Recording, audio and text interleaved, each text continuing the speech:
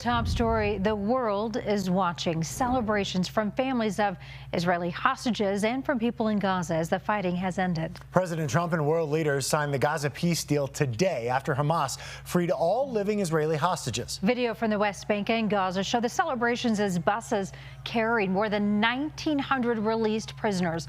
Large crowds welcomed them as they walked into the hospital there.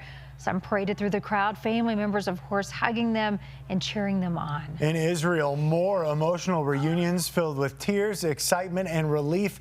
20 Israeli hostages were embraced by their families after 738 days in Hamas captivity. President Trump was in Israel for these reunions, and he then traveled to Egypt, where he and 20 other world leaders signed a document to initiate the plan to end the war in Gaza.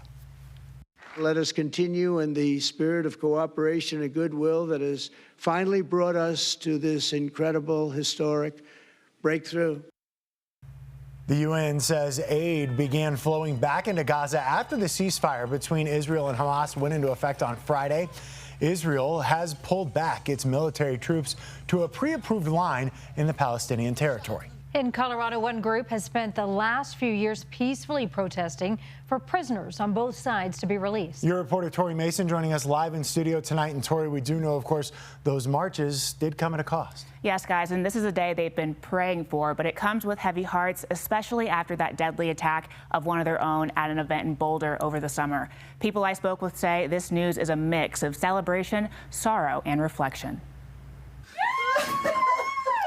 I don't think anybody slept last night. It's a moment many have waited 2 years for. Hamas released the living Israeli hostages from captivity in Gaza. This is what we've been working for, right? This is what we've been advocating for. Miri Kornfeld is co-leader of the Run for Their Lives chapter in Denver.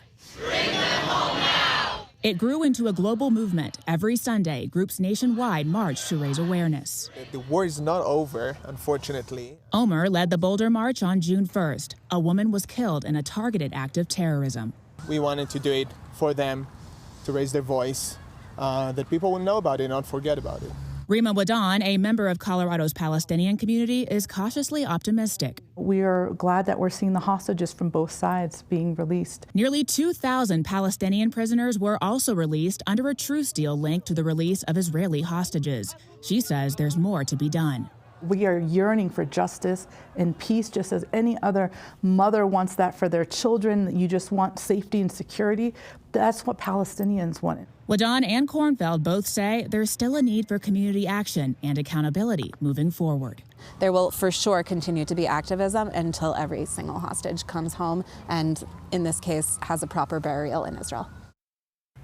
Now, after the attack against the Boulder chapter, a new chapter formed in Fort Collins. Leaders say they're still committed to advocating what that's going to look like locally. They're still working to figure that out, and guys, as soon as they decide, they will let our community know. Yeah, really incredible images coming out from both sides as you see those reunions today. Tori, thank you.